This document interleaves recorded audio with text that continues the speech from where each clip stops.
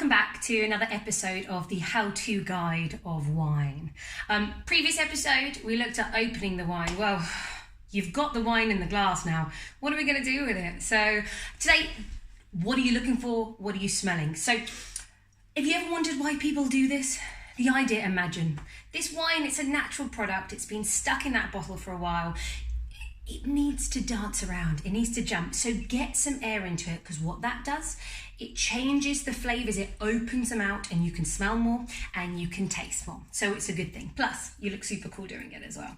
If you struggle, by the way, to do that, sometimes people don't have the kind of ability to spin it around and they end up spilling wine everywhere. I think I just did a little bit there. What you can do is you can simply put it down on a table, use your hand and move the glass around that way. That works just as well. All right, so have a little go. Now, what are you doing? So have a look, make sure it's clean, it's clear. The best thing you can do is take something white and you can put the wine against it, and that way you can see through it better and you'll get the true colour and the clarity of the wine. Okay, so moving on to smelling. Stick your nose in the glass. First of all, you want to know, can you smell it without even getting your nose in the glass? That means it's pretty pronounced.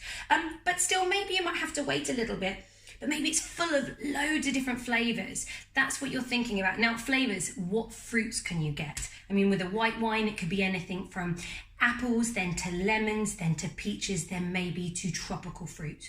With the red wine, you're looking at red cherries, obviously, to plums, then to black cherries, black currant, black fruit. Maybe some spices. Maybe the oak's giving a little bit of vanilla. Maybe it's giving some black pepper, white pepper, maybe a little bit of chocolatiness. Maybe you can taste cedar. Maybe you can taste cedar from the oak.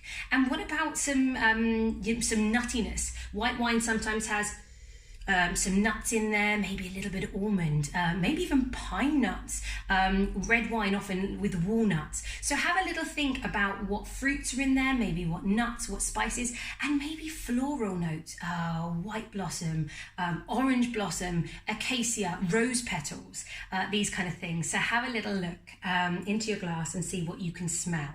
Now, flavour-wise, what do you do? So we're going to put it in our mouth, and you want to get as much oxygen in your mouth as well. So I'll show you first of all.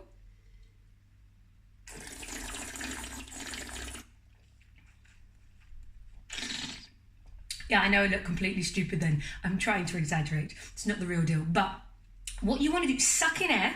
I advise you look down. Don't do it up until you're used to it. Otherwise you will choke. So suck it in, and then literally swill it around your mouth. And that's going to give you the most flavours. A lot of the time what you've smelt on the nose, you will taste on the palate. So have a look and compare. And then what about the body? Is it round? Is it round and full-bodied, like rich, full milk? Or is it quite light, like water? Have a think about that. How's the acidity? If you're not sure, go and bite into a lemon. Feel that watering on your by your tongue. That the saliva coming through is acidity. See how acidic it is, how refreshing it is. The tannins, that's the dryness on your gums. You won't generally get tannins with white wine, but you will with red. And alcohol. For me, the best way, some of you might be more sensitive to alcohol. I'm not so much, lucky me. What you can do is when you swallow the wine, breathe in, and then see if you can feel the alcohol on your neck. And if it's not too strong, it's obviously more medium or lighter alcohol. And again, sweetness. Is there any touch of sweetness? Or question yourself, is it more the sweetness of fruit, which is often in a lot of dry wines?